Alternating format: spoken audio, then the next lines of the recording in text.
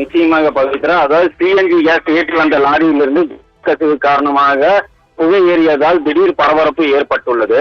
நாடு முழுவதும் petrol diesel வாகனங்கள் பயன்பாட்டில் இருப்பது போல் சிஎன்ஜி கேஸ் வாகனங்களும் பயன்பாடு அதிகரித்துள்ளது. இதன் காரணமாக ஏராளமான பெட்ரோல் பங்குகளில் தற்பொழுது சிஎன்ஜி கேஸ்களும் நிரப்பப்பட்டு வருகிறது.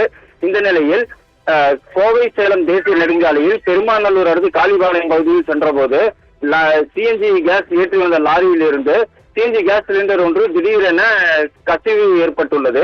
இதனை கண்ட லாரி ஓட்டுநர் உடனடியாக சுதாரித்துக் கொண்டு லாரியை சாலையில் ஓரத்தில் நிறுத்தியுள்ளார். ஒரே ஒரு சிலிண்டரில் இருந்து மட்டும் கேஸ் கசிவு ஏற்பட்டது. அதனால் அங்கு புகை மூட்டமாக காணப்பட்டது.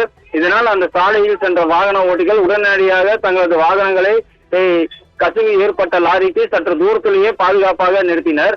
இந்த கேஸ் கசிவால் அசம்பாவிதங்கள் ஏதேனும் ஏற்பட்டு விடுமோ என்ற அச்சத்தில் வாகன ஓட்டிகள் தங்களது வாகனங்களை அந்த சாலையில் இருந்து திருப்பி ஓட்டிச் சென்றனர். இருப்பினும் லாரி ஓட்டுநர் அசம்பாவிதங்கள் ஏதும் ஏற்படுவதற்கு முன்பு அந்த கசிவை சரி செய்து லாரியை அங்கிருந்து ஓட்டிச் சென்றார். கடந்த சில தினங்களுக்கு முன்பு சிஎன்ஜி கேஸ் ஏற்றி சென்ற லாரி ஒன்று உத்தரப்பிரதேச டோல்கேட்டில் கேஸ் கசிவால் வெடித்து சிதறிய சம்பவம் நாட்டை உலுக்கியது. இந்நிலையில் தற்பொழுது கோவை சேலம் தேசிய நெடுஞ்சாலையிலிருந்து சிஎன்ஜி கேஸ் கசிவு ஏற்பட்ட சம்பவம் பெரும் அதிர்ச்சியை ஏற்படுத்தியுள்ளது. பவித்ரா, தற்போது இந்த வீடியோவானது சமூக வலைதளங்களில் பெரும் வைரல் ஆகி வருகிறது.